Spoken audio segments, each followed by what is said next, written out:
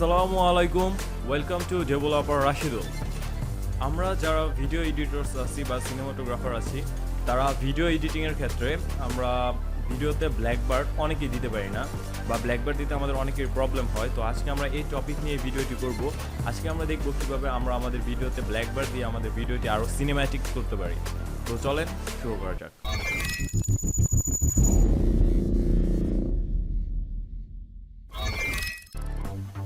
তো ব্ল্যাকবারের ক্ষেত্রে আমাদের প্রথমে কি করতে হবে, আমাদের একটি অ্যাডজাস্টমেন্ট লেয়ার নিতে হবে।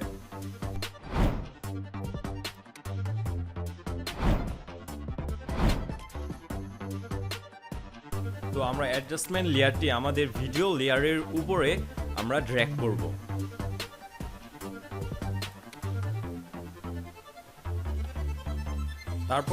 তারপর আমরা সরাসরি এখান থেকে এফেক্টস কন্ট্রোলে চলে যাব।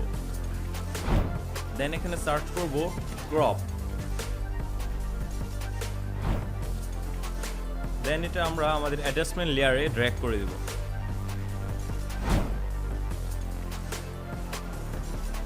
তারপর আমরা ফার্স্টে চলে যাব, সিকোয়েন্সের ফার্স্টে চলে যাব। যাওয়ার পর আমরা কি বাটনগুলো অন করে দিব।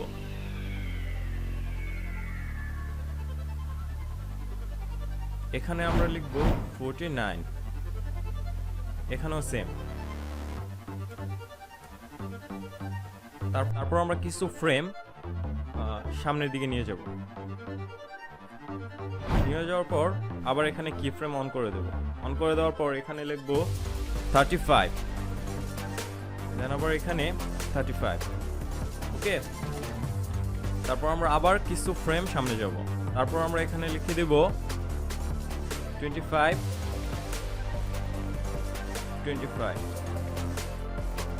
তারপর এট লাস্ট আমাদের ফ্রেম এন্ড। দেন আমরা এখানে লিখব হচ্ছে 50। ওকে, আমরা এখন একটা স্মুথ একটা ব্ল্যাকবার্ড পেয়ে গেলাম। তো চলেন প্রিভিউটি দেখা যাক।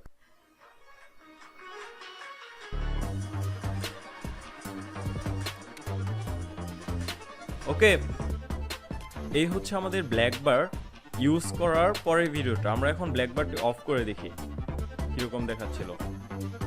এই যে এটা হচ্ছে উইদাউট ব্ল্যাকবার, আর এটা হচ্ছে ব্ল্যাকবার সহ।